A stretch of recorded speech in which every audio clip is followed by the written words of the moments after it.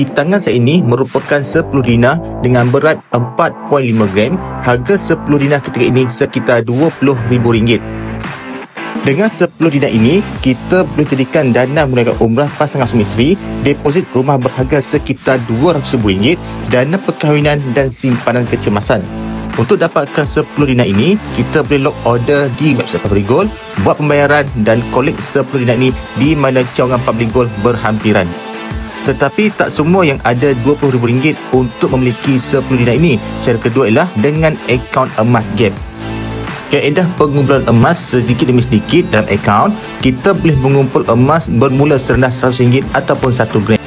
Mengumpul sehingga mencapai 42.5 gram dalam akaun dan kita boleh withdraw emas yang sama melalui akaun. Akaun emas Gap bukan saja boleh withdraw emas bersaiz kecil-kecil, tetapi boleh juga withdraw emas bersaiz besar-besar. Sesiapa yang ingin bermula menabung emas melalui akaun emas Gap, mudah saja tekan link di bio, saya bantu sebaiknya.